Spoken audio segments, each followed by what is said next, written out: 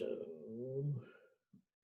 chapter 32, number 30. All right, that's looking like a good one. Okay, so let me also then share my screen.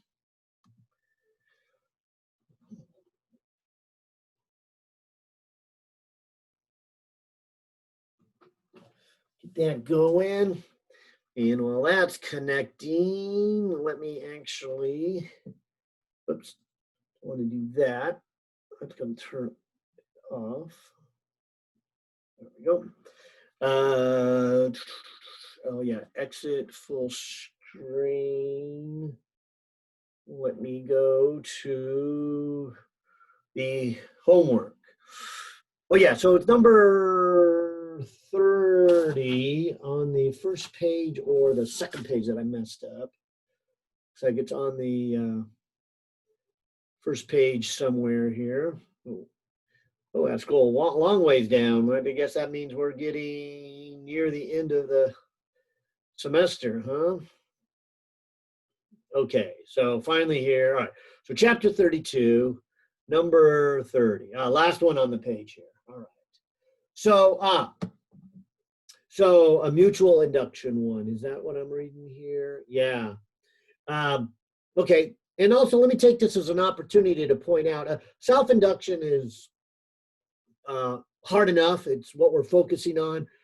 Mutual induction is a little bit like I would describe what we did for the magnetism of matter. It's good that you see it, be exposed to it, kind of understand the conceptual behind it, but it's really also kind of the next step or the bridge to your next class on electricity and magnetism, especially when it comes to circuits.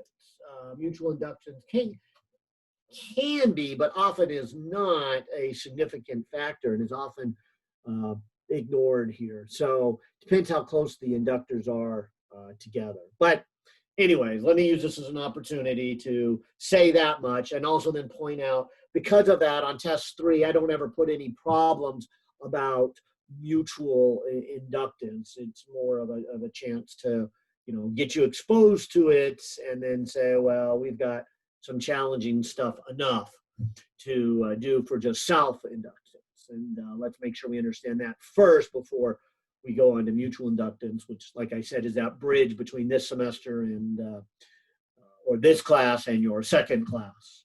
Oh, okay. So keep that in the back of your mind. But I'm going to use this as an opportunity to show you the mutual inductance, but also to emphasize more of self-inductance, because right here it says you have 2 coils, and so maybe in the picture here I'll just kind of draw coil 1, and then maybe right next to it I have coil 2, and so going through coil 1 is current 1, and so let me call this inductor number 1, and this one inductor number 2, and so let me put here current number 2.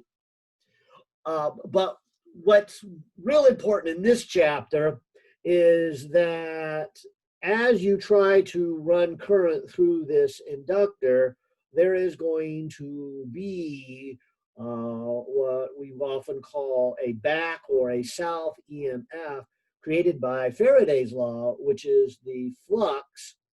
And of course, that's really chapter 31. And then in chapter 32 here, we said that since the flux itself, which this is what I guess I'd call the physics of what's going on, but that flux comes from the current, and so maybe I would say this is kind of an engineering step where we kind of skip past all the fundamental physics of what's going on here in terms of the flux, which is the magnetic field and the area, and the field comes from the shape of it, to just reduce it to the change in the current and then all the other factors. And so we don't really pay attention to all the other factors. They're kind of constant in our given problem. And so we kind of skip over the physics of where the flux comes from and just put it in one constant term, which would be related to maybe the size, including its length and its diameter, and even its shape. And so and how many turns it has. And so all those would be buried inside of this thing called the inductance, the L. And so the self-inductance just says this, what is the EMF back on itself, so I'll call it the EMF in number 1, created from the current in number 1. Now, that's not really your question, but I was just using this as kind of a lead-in. I don't know if that would be helpful or not. This question then says you have these 2 coils. Okay, so I'm going to read the question now. It says 2 coils are close to each other. And so that's where you're kind of getting the flux from the first one affecting the other one. Obviously, the flux from itself always affects itself, but depending on the orientation and the closeness of it, the second one may or may not affect the first one. But it says here the first coil carries a current given by, and so they give this nice little equation, and at time equaling 0.8 seconds, the EMF measured across the second coil is given as negative 3.2 volts. What is the mutual inductance? And so what we like to say then for mutual, and the reason I put a 1 here and a 1 here is we would say this. What is the EMF in number 2 created by the changing current in number 1? And that's really the only difference between a self-inductance and a mutual inductance, is that the mutual inductance, the EMF is created by a change of current, or change of flux, if you want to focus on the physics, but the change of the current in the first one. Now, to make it clear then, we do one more step, and we like to give it a different symbol. And say, again, all these other factors aren't the L, but they're the M. And that factor M would come back to the geometry of, how many coils, how long, how many coils, how long, what shape. And a big factor is then how far apart are they and how are they oriented, depending would factor this one. So there'd be a lot more factors if you tried to actually calculate it, and it makes more sense then to do an engineering approach and just measure it. You hook it up and you measure it, and that's really what we have here. So they're saying that the mutual inductance is a negative 3.20 volts. We're looking for this M, this mutual inductance, and now we need to find the rate at which the current is changing. And they say the current is 5 amps times E. I'm going to have to make that a little bigger, to the minus 0.025 T sine 60 hertz, which is an omega of 377 T. That's interesting. So we have a damped sinusoidal pattern for our current, and then we have a little time factor. All right, so maybe I'll put page 1 here. And so now it's a matter of plugging in our numbers, although I guess we still have a derivative here to make here. Let me just maybe drop the negative side from each side of the equation. And I'm looking for this M. What is the mutual inductance? And so now I'm going to take the derivative. So the first one is just to pull the 5 out. And then I have the first times the derivative of the second. So let's see, the derivative of sine is cosine, and then the chain rule gives me the omega. Okay, then plus the second, so I'll just write sine, and then the derivative of the first, and the derivative of an exponential is the same thing, and then the chain rule.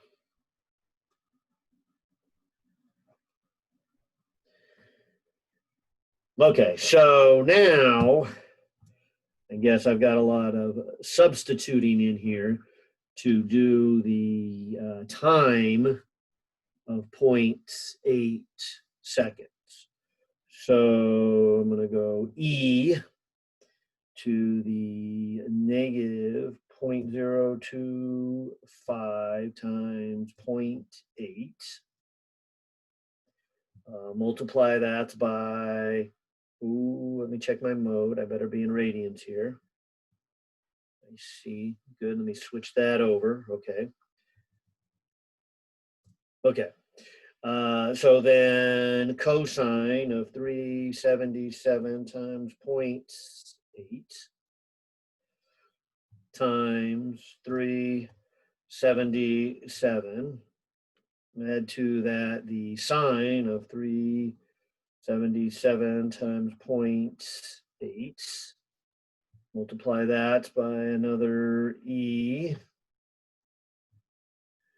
to the negative 0.025 times the 0.8 for the exponent.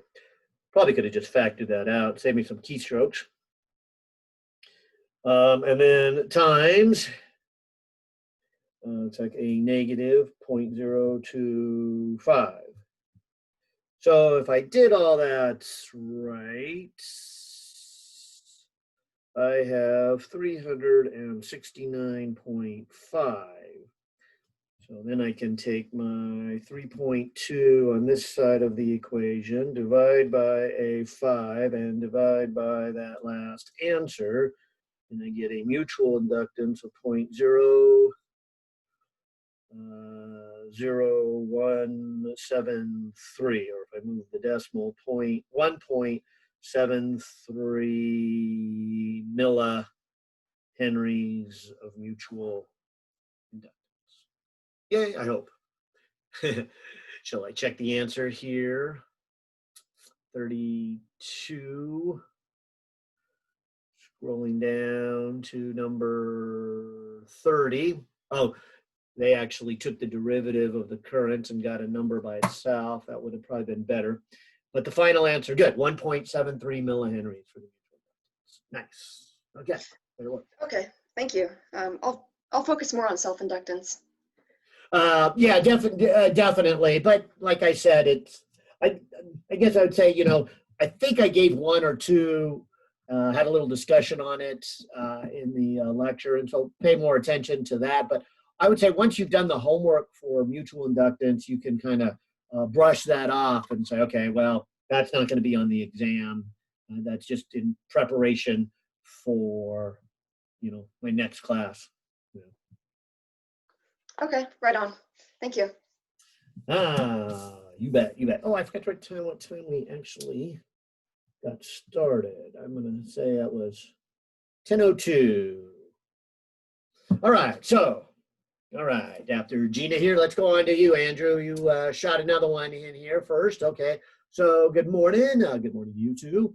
Can you do number, let's see, chapter 32, number 61. Okay, let's jump on that one. And I'll even write down in here.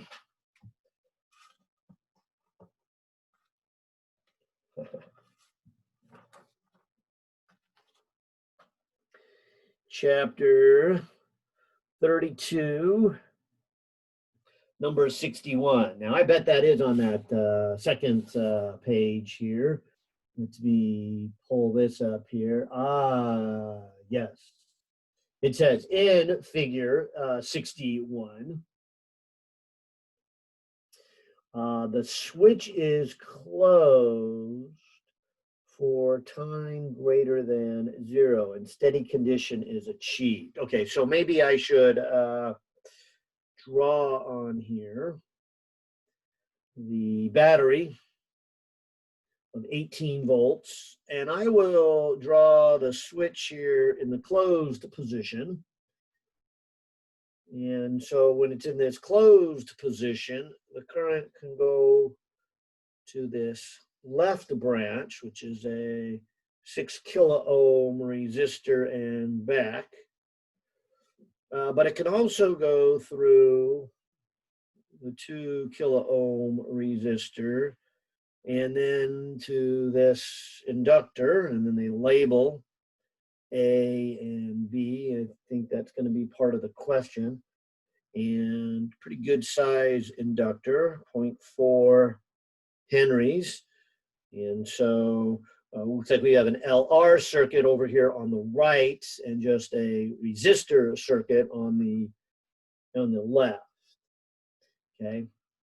Now, if you didn't catch this in the reading and in the notes, let me point out that our approach with inductors is a lot like the approach with capacitors, in the sense that we could write out the full differential equation and solve it, but we could also say what would happen immediately or before and immediately after. And so like the test you took, I had a question there that said, you know, what happened immediately when the switch was closed, or what happened after a long time?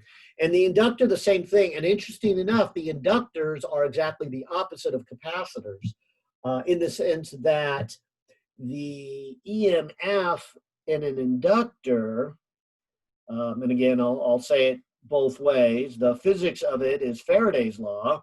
There's flux created from itself, and it then imposes an EMF upon itself. And so it plays a role in the circuit, and it's a time-dependent role, because how much EMF depends on how much change in flux, which depends on the time factor.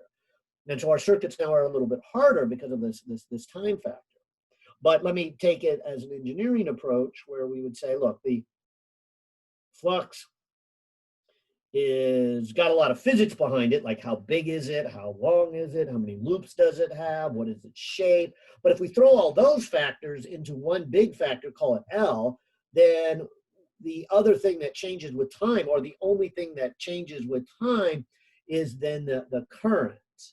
And so we can think of our inductors in a circuit in this way, that other than the thing that changes with time, which is the current, all the other factors fall into this L factor, this inductance factor.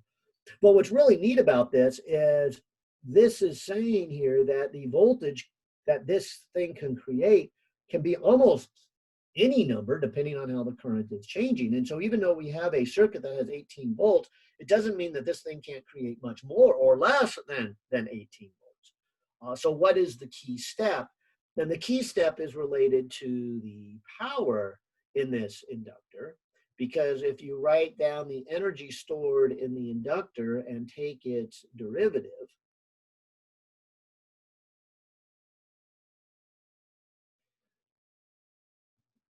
you get this L, this I, this di dt. And what this says then is there's a mathematical connection between trying to change the current in an inductor and the power required. And so to change the current quickly requires a lot of power. And we're going to use this to our advantage to say that to change the current, instantaneously, to go from, say, 5 amps to 8 amps, or just 5 amps to 5.1 amps, would take, if it changed instantly, that derivative would be infinity. It takes an infinite amount of power. You can't do that. So we're going to take advantage of that here in this circuit and say that inductors smooth out the current, just like our capacitors smooth out the voltage. Our inductors are going to smooth out the current. You can't change instantaneously. So I say all that because when I come to this problem that it said here that let's see, let me read it again. The switch is closed for time less than 0 and a steady state condition is reached. So steady state would tell me that going around this loop over here, I would have 18 volts minus IR equals 0 if I did a loop. And then 18 divided by 6 is a 3. And so this would be 3 milliamps of current going around over here on the left-hand side. Now, that's not new and nothing new, you know, that's just chapter 28, really 27. Okay, but it's this side that I'm going to take advantage of the thing when they said steady state, because when they said steady state, what they were saying is the current had settled out. And so the di dt is zero. And so that means the EMF created by the inductor is zero. And so after a long period of time, we can look at inductors as just a short circuit. And so that was my phrase, that this is kind of the reverse of capacitors. Capacitors, we said, when you first turn them on or first turn the switch on and they have no charge on them, they have no voltage, that's the same as a wire. The inductors is the opposite time frame.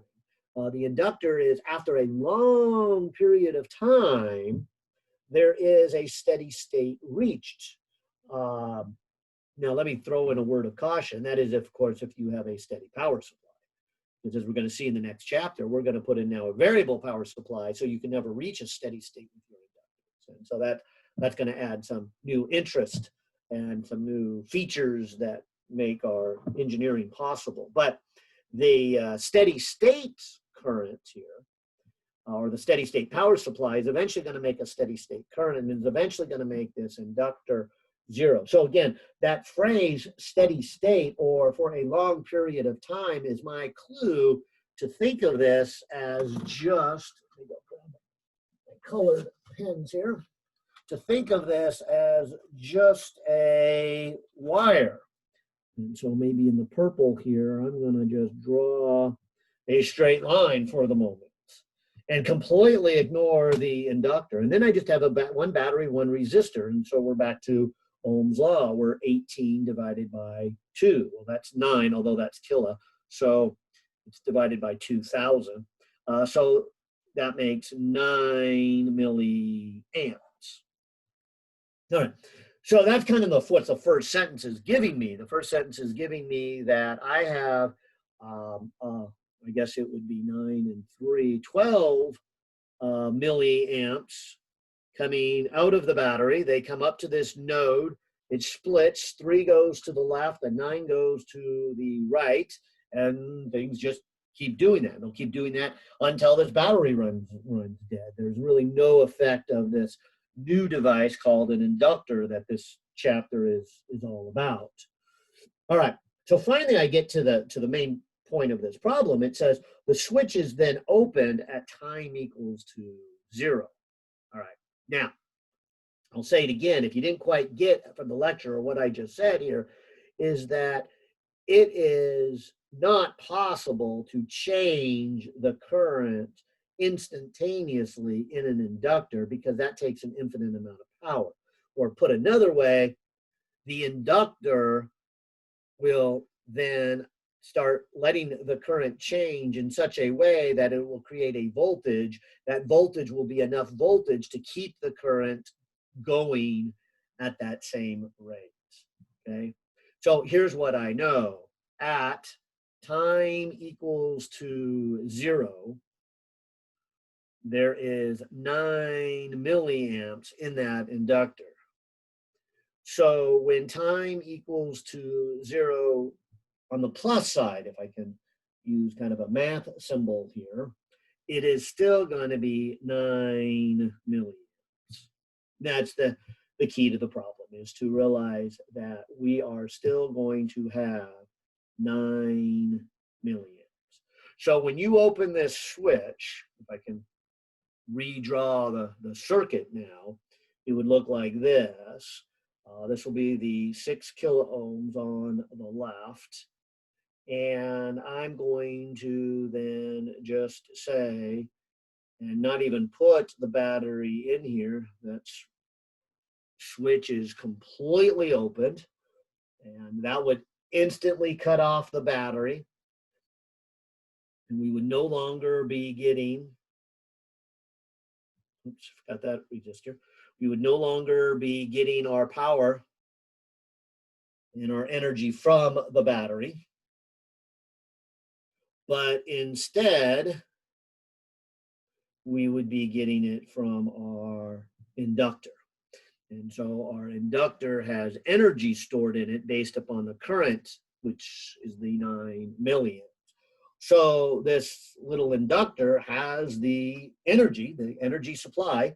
Now, not much, but it has enough energy then to continue the current to be 9 milliamps flowing on this right-hand side, flowing from the inductor, flowing from A to B.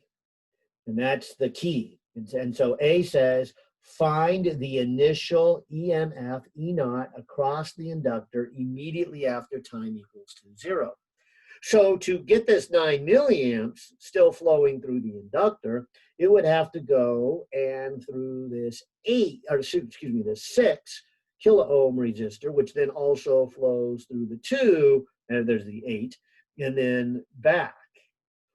So if we say that this then has a EMF of E naught at that moment, and you add up around the loop, you're going to go E naught minus, and if you let me now think of these two in series, this would be 8 kilo ohms times a current of 9 milliamps, and that would complete the loop.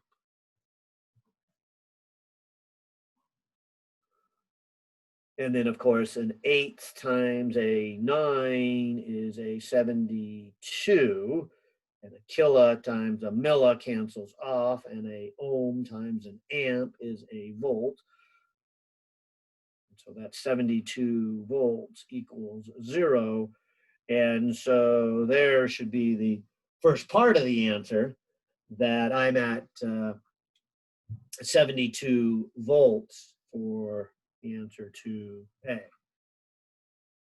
So I know I said a lot there, so maybe I should shorten it to just, here's the key to the problem. It's really right back here about the properties of an inductor, which all of this math kind of justifies the property of an inductor. But the two properties that I hope you got was, the first one is after a long period of time, there is no voltage, and then that's how we got the current. And then when we try to change something real quick, this inductor will produce whatever voltage it so-called needs to into keeping the current continuous. Now it'll be changing, so it'll only be that value at that instant. But what this inductor then is going to do is when you open that switch, this is going to produce 72 volts. And that is enough to keep the current at 9 milliamps as it goes around these two resistors there. And I suppose I should scroll down. Oh, that's not the whole problem. I was going to scroll down and check the answer, but wait. There's a lot more to this. Okay, so there's page 1. Okay, and so going on here to page 2 and part B of this. Part B says, make a freehand graph of the current in R1 and R2. Well, hold on right there. R1 and R2, as we just said, are essentially in series. So let's not make two graphs. Let's just point out that it's going to be the same. So I say... That's what I thought, but the answer had two different graphs for it. Okay. Maybe I apologize. I said that a little too fast. It's the same after the switch. It is different before the switch. So, okay. Let me just do R1 first. Which one is R1? R1 is the 2 kilo. All right. So if I were to plot the current as a function of time, with 0 being right here, coming back to my original circuit, we had 9 going from left to right. Then when we open the circuit, we still have 9 going left to right. And then we have this decaying, and maybe I should write out the solution that we came up with.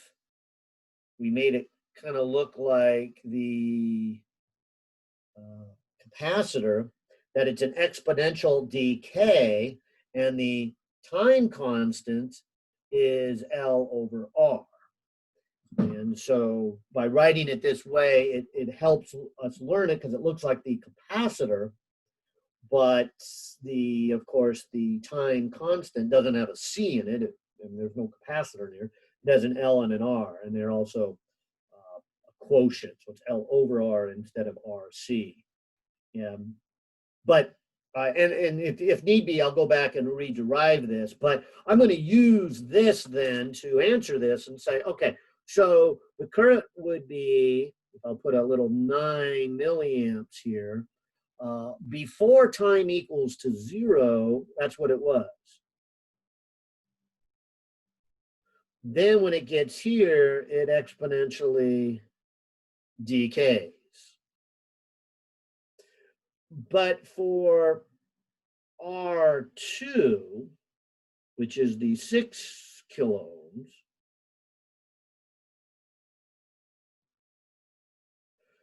and this is the part I was saying, the inductor is going to send the current in the same pattern. But if you remember before the switch, we said that the current was 3, and it was 3 going from top to bottom. And so now after the switch, we're saying it goes from bottom to top. Now it depends which way you want to call positive. Given that I've already put this in the graph, why don't I call positive from the bottom to the top, because that's how I labeled it here in my graph. So that means the 3 would be down here somewhere. So it would be a -3, then the switch is closed, it switches direction to a 9, and then decays away to 0. Although I must say, wouldn't surprise me, I'm going to go look at the solutions real soon, but they may call positive from top to bottom. So I'll be on the eye for this, that maybe it's a +3, then it switches to a -9, and then decays. Yeah, that's the one they did, the green one. That's the one they did, okay. So that's a definition of which way you call positive. But and that may be too bad, because when you look at this blue graph for resistor 2 and the graph for resistor 1, it almost looks like you're saying the currents are in opposite directions. And I don't think that's a good way to describe what's going on. I would say the current's in the same direction, and it's at least in a same clockwise direction in this loop. And let me switch over here. So 61, the solution, yeah, okay. So A, they give 72 volts, that's good. Oh, and then they say with B higher. Now I apologize, I didn't really finish A, because they asked for the voltage, but it says here, find the voltage and which end is greater, A or B. And so coming back here to A, since the voltage and the current has to go this way, it would be like this would be the positive side of a terminal battery, and this would be the negative. So we would have to say that the B has the higher potential. So not only is it 72 volts, B for volts, but it is, B is at a higher than A. And then the current would look like, yeah, like this for resistor 1, and then resistor 2, you could draw either the way I did or the way they did. And so they did this blue line here. And it looks like there's a C. At what moment after the moment after t equals to 0, does the current in R2 have a value of 2 milliamps? Okay, so this one I'm going to take advantage of this decaying current that we solved and saying, all right, the current starts at 9 milliamps. And they want me to say, after time, at what moment does it go to, what was it, 2 milliamps? So this would be e to the minus t. And then this would be this time constant, which I shall write as L over R. And sometimes these are easier just to go onto the side and write down the time constants, L over R. So I'll do that. The L in this problem was 0.4 henries. And the R that hopefully you see, this can always be a common mistake for students, is that it goes through the two of these. And the equation, when we derived it for a single R, really was then the effective of both of these together. And since these are in series, I'll just add them. So this is really then an 8,000 ohms. And maybe it's worth taking a time to look at the units. I'll do the number first, but if I grab my calculator and go 0.4 divided by 8, 3,000, I get 5 times 10 to the minus 5. And then maybe it's worth, like I said, taking some time to look at the units. I'll leave the ohm alone for a moment. But a Henry, you can think of it back here, was our way of describing the size of an inductor, because the Henry is the voltage you would get, so I'll put V for volts, when you are changing the current at 1 amp per second. So this really is, and I'll just write the V over ohm here for a moment. And then this can be flipped and put as seconds over an amp. And so a volt over an amp is an amp. So, and then this amp over that amp cancels off, and we get units of seconds, which is perfect because we want units of seconds here to cancel off. All right, so maybe I'll do this. I'll put the 2 and the 9 together. So there's my, whoops, move it back into the screen. And so my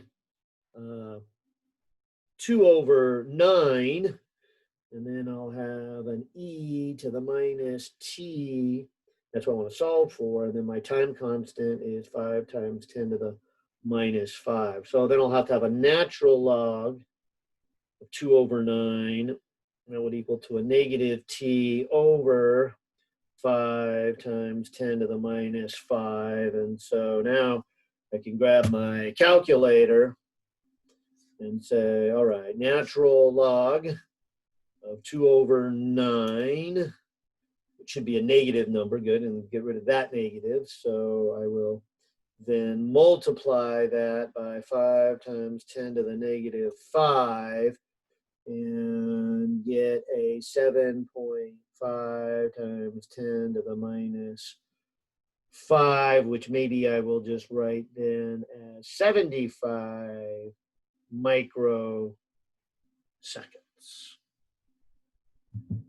And looking at the answer, oh good, it matches. Although I take another decimal place. And is that it? Is that C, the end one? Yeah, good. Good one on circuits. And so, like I said, these aren't easy, but they're not more physics. The physics of Faraday's law we covered in chapter 31, and now we're going to spend 2 chapters really applying the physics we've learned recently. And so no new physics here for a while. We've got one more piece of physics before the semester's over in chapter 34, but these next two chapters or application chapters that I tried to communicate my email, my weekly email on Sunday that, okay, this is our, put this stuff to use and see how it could be useful. All right. Well, I hope that helped. Maybe it was just the upside down graph that was your big question, but I'm sure the video recording will help a lot of other people too. All right. Let me try another one here because I saw another one in the good. Could you do this week's lab page 48? Yeah. Page 48. This week's lab. 102. Thank you for pointing that out. I was wondering in the back of my mind if this was a 102. And let's do 102. In fact, let me say if there's anybody out there in 102, throw any other question at me. Let me spend a little bit of time looking then at the 102 class. Your questions, I've been thinking in my mind, maybe I should kind of carve out a special time for you guys because your questions are a lot shorter and simpler, and I hate to have you sit there for so long. But maybe you could just kind of slightly tune out and keep working on your homework until we get there. Anyways, yes, let me find the lab manual here because I got to remember. Oh, it was pendulum, wasn't it? Yeah. You even said pendulum discussion items. Thank you. Okay. Do you want me just to go through those discussion questions? I guess I'll just do that.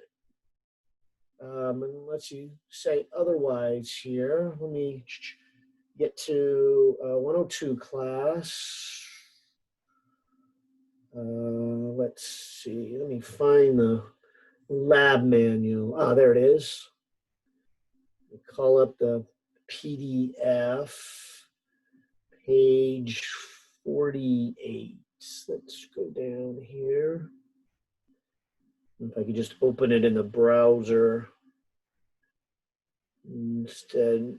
Now I'm going to try the browser here, see if that's enough. Sometimes it's not sophisticated enough. Yeah, it looks like it's looking pretty good. Okay. All right. So it looks like there's 9 questions from there. Let me see if you said anything. You said yes to that. Okay, so let me go through all 9 of these questions, starting with the first one. It says, what effect did the amplitude have on the period? Now, if I can just scribble a little chart here, hopefully you had something like this as you watched me, or you were my lab partner as I was collecting the data. I had different amplitudes. I measured 10 oscillations and then eventually got 1 oscillation. Now, I don't remember the exact numbers we got, but I'm hoping what you saw, I think I used 2, 4, 6, and 10 centimeters for the amplitudes.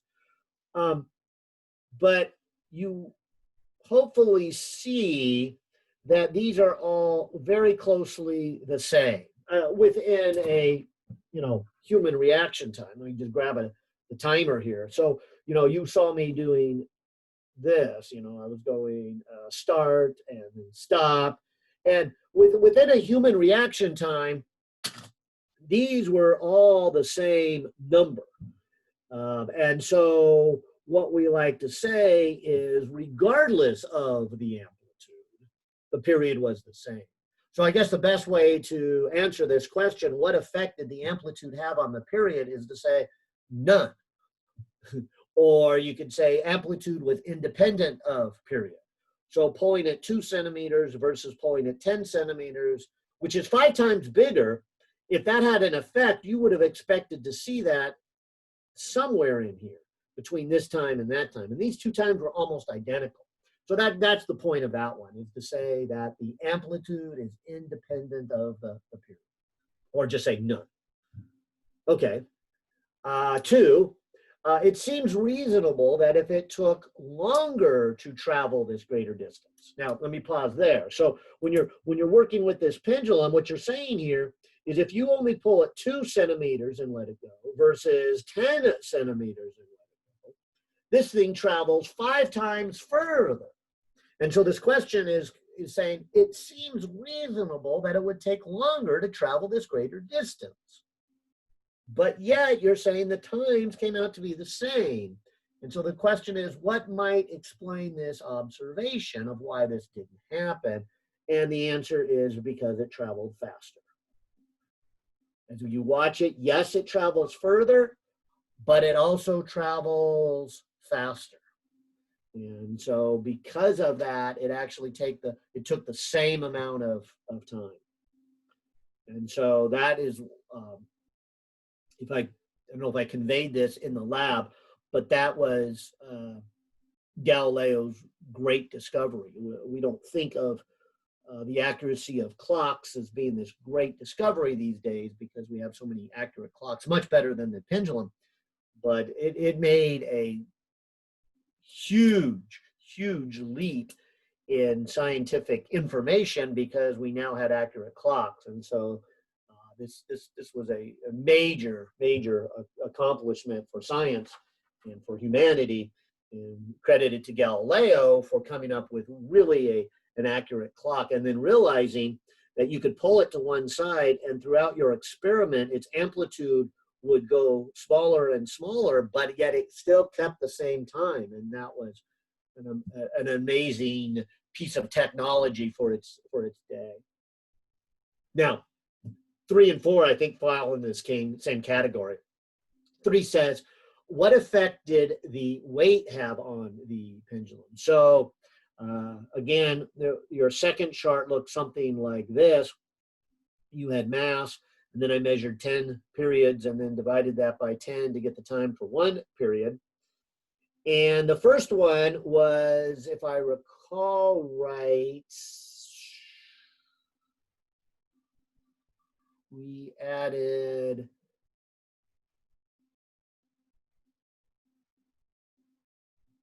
so we had the hanger itself, which I think was 40, but then I think we added 40. Yeah, I think there was 20 on each side. Then we did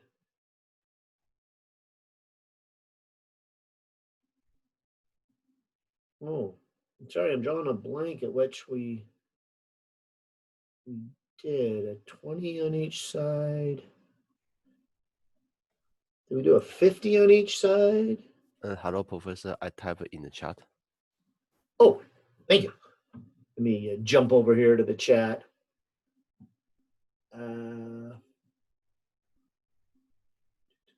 Oh, good.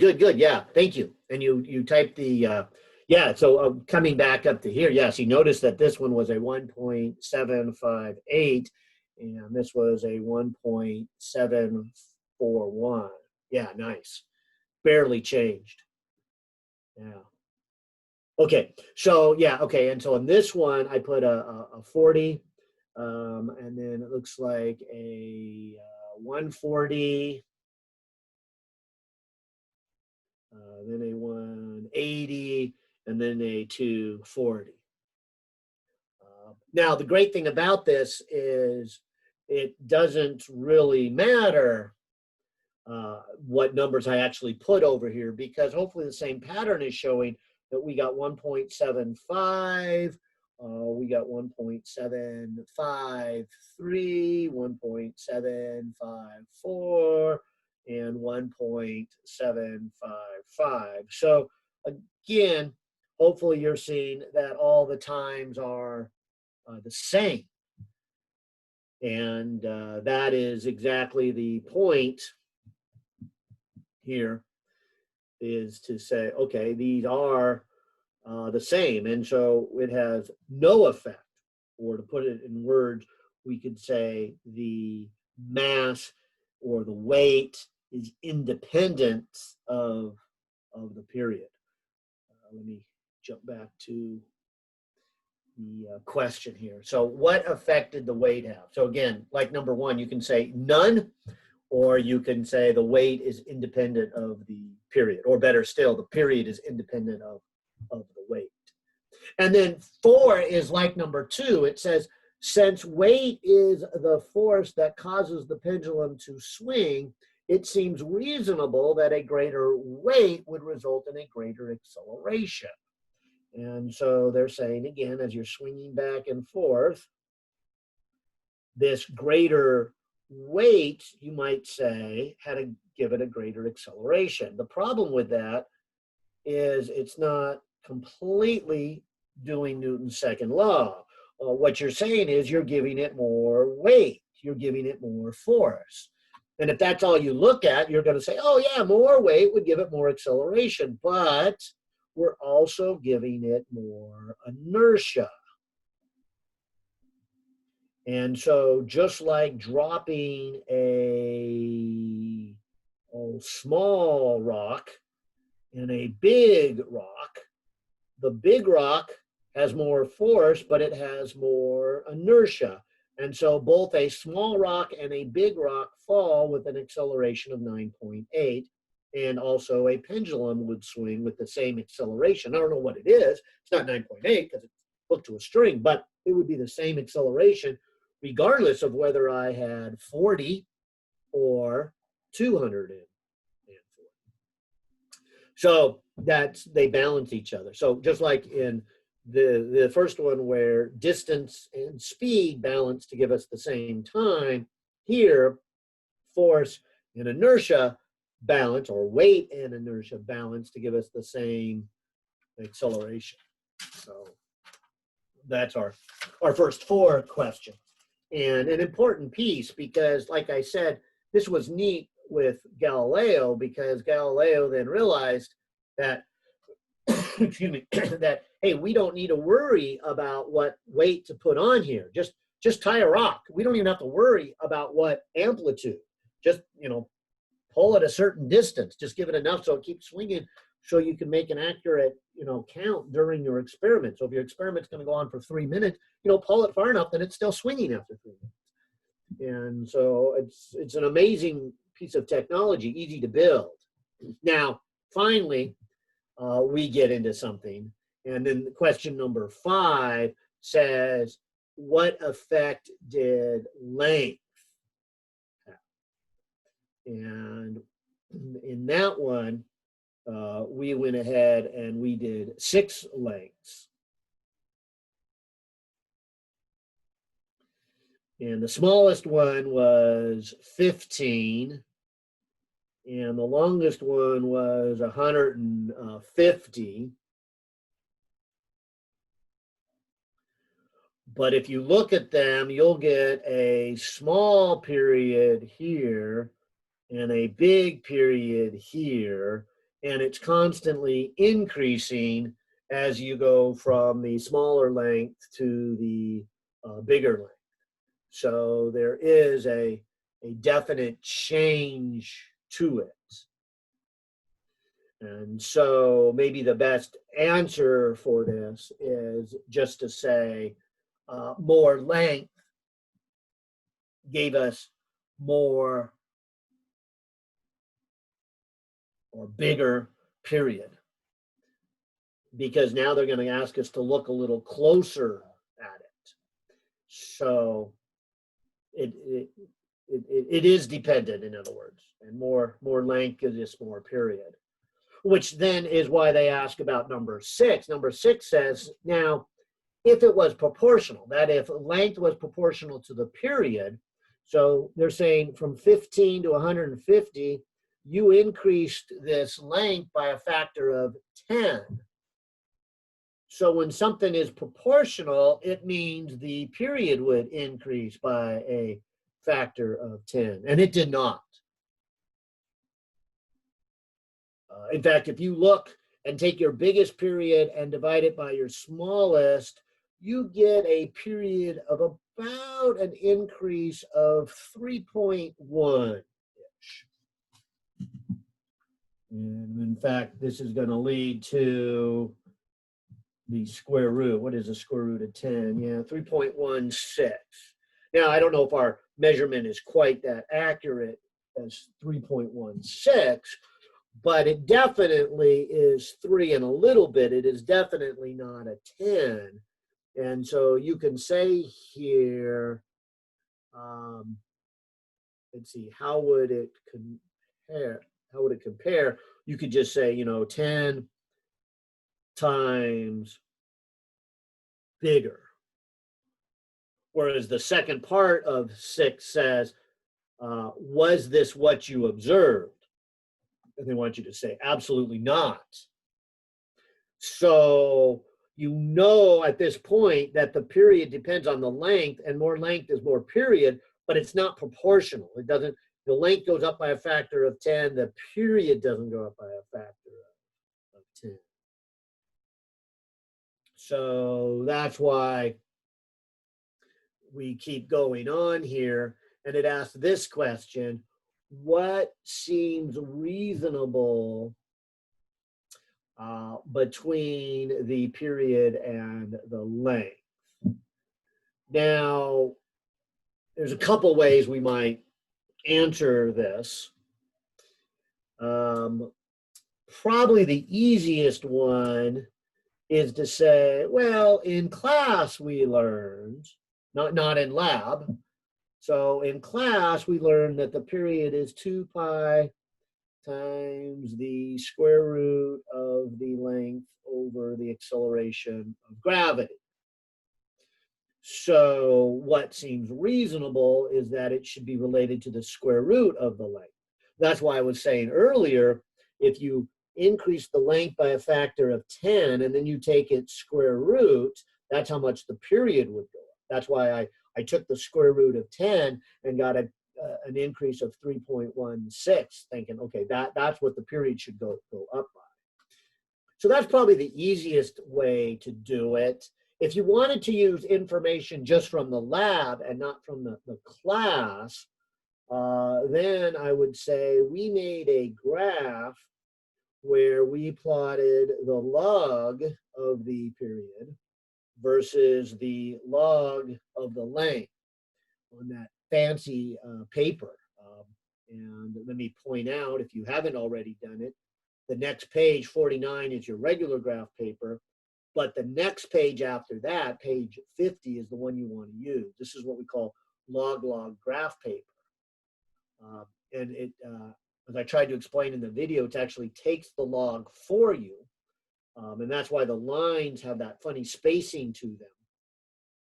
So what's neat about that is anything that's raised to a power, and I would call this the period equals, you could write this as 2 pi over the square root of g, and then you could write this as L raised to a power of 1/2.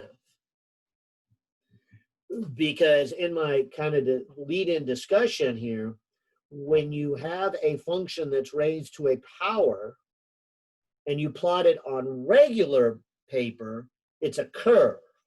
But when you plot it on a log scale, it's a straight line. And the slope of that line is the power that it's raised to. So if you look at your graph, you can say here, when it says what is reasonable, you would say it's a square root. That is, it's a power to 1/2. And you know that because that's the slope. So either way you want to answer it, obviously the one from class is probably the easiest one. I think maybe the author was trying to get you to look at your log graph because that's what, that's the data we collected. That's what the lab is about, is the data we collected. But I like to explain both because I want students to kind of comprehend the connection of both of those. And of course, in this case, it's a chance to do, for the first time for many of you, this is the first time you probably did a log plot.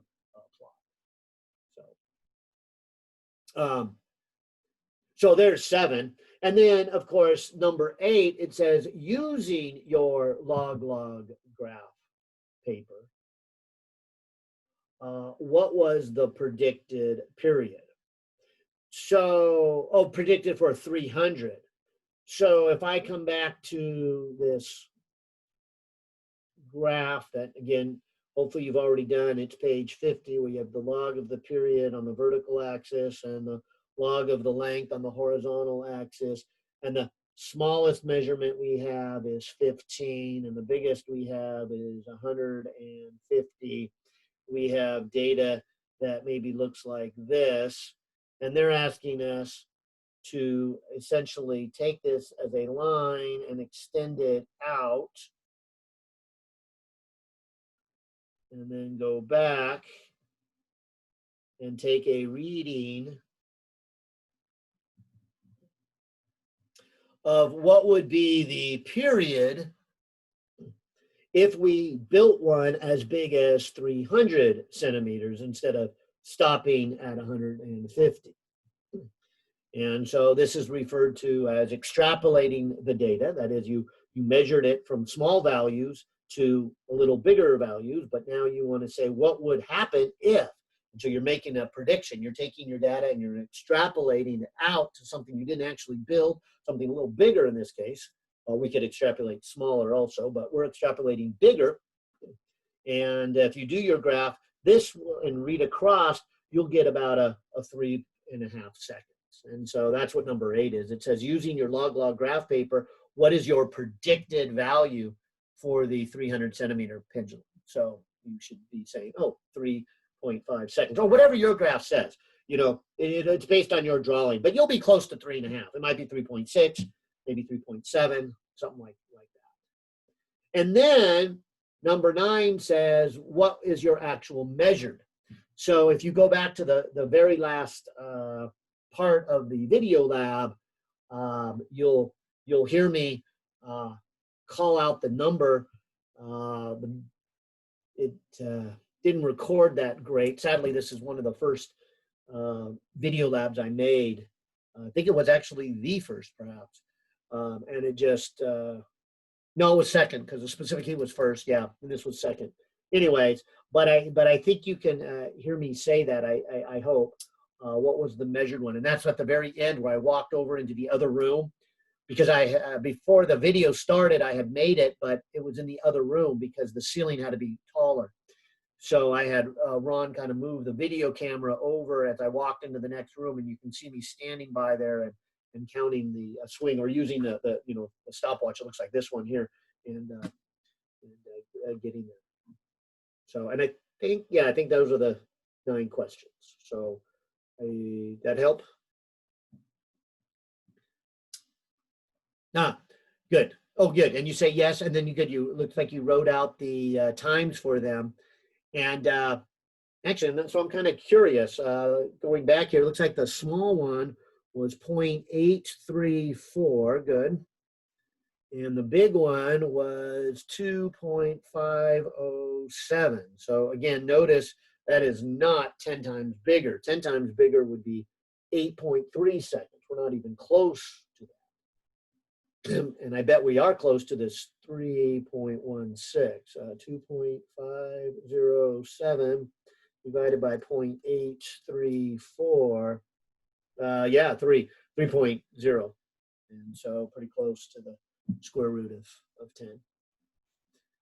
All right. Good. Hey, and let me point out, anybody else out there from 102? I'm glad we got this recorded. This will be great. I'm gonna send this out to all you guys in 102 this evening. That would be great, I think, for other people to see that. All right. Well, if you don't have a 102 question, let's just say, shoot me off any old question.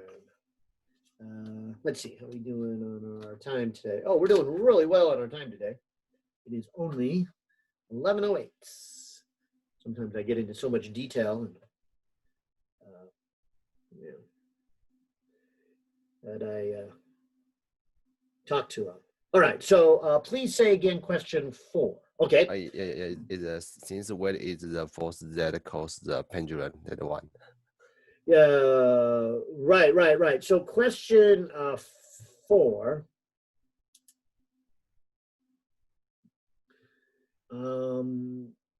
Really is best answered by what I would call Newton's second law.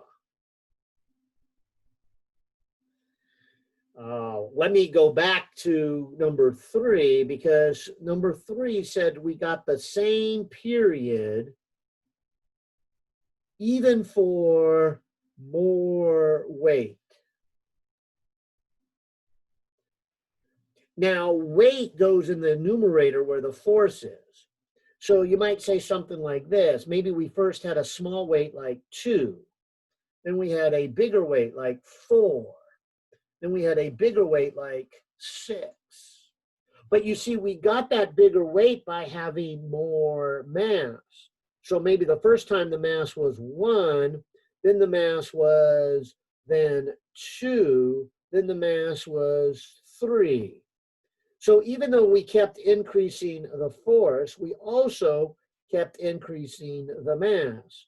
And so you end up with the same acceleration. The acceleration of that pendulum never increased, even though there was more weight, because acceleration depended not just on weight, but also on mass. And that was kind of my analogy of saying a little rock and a big rock. When we dropped them way back in chapter 3, we said they each fell with an acceleration of 9.8. And we could have asked the same question then. We said, wait a minute, if acceleration is its weight over its mass, then the big rock has more weight. Shouldn't it give it more acceleration? And the answer is, well, no, because in the process of giving it more weight, you're giving it more mass. And so maybe you have a small weight like a 2, and then a big weight like a 200. But you got that more weight by more mass. So you went from a mass, say, of 1 to a mass of 100. So 2 divided by 1 is still a 2, and 200 divided by 100 is still a 2. And so you end up with the same acceleration regardless of how much weight there is. And so putting more weight on the pendulum doesn't help it go any faster.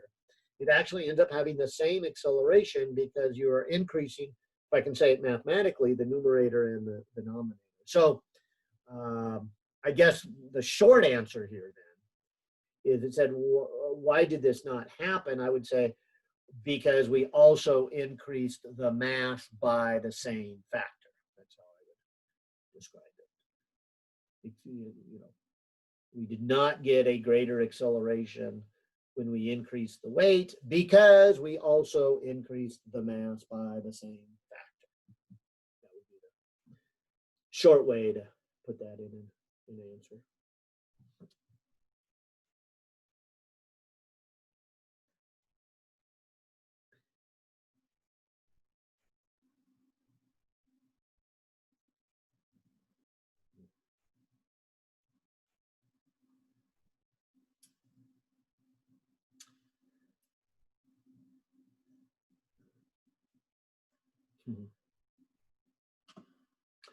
All right. Thank you. And Mike, you are welcome. All right. We are at, oh, good. 11:12 is our time. Nice.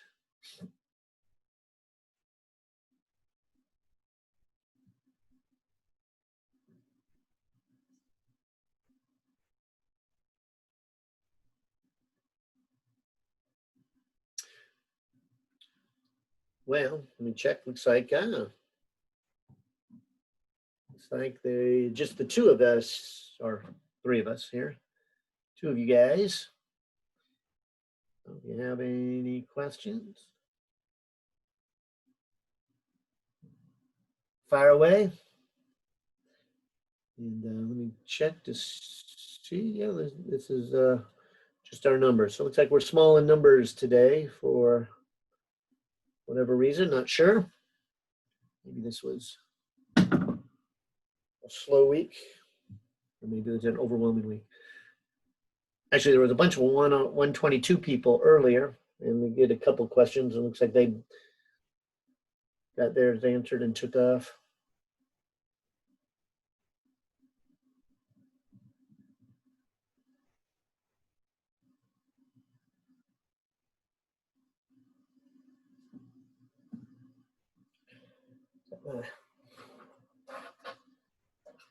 And then, well, thank you. Yes, passion, good. Yeah. Yeah. Thanks. Yeah. Fun stuff. I like this. A lot of good science, no matter which class we're doing. That's why I like all three of these classes. I like you guys in the 102, the 121, and the 122. So many different topics.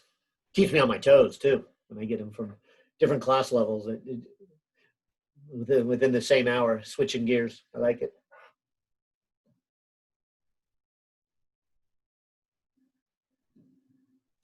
This might be the first time I ever had a downtime too. Usually, yeah, I wonder if the 122 is an easier time. That students are having an easier time, or maybe they just haven't really got to the real hard stuff yet. I don't know. It's not that easy what they're doing as I think about it, but usually they kind of overwhelm these discussions because we've got so many questions to ask. Or actually, it's not so many questions. It's just answering their questions takes such a long time.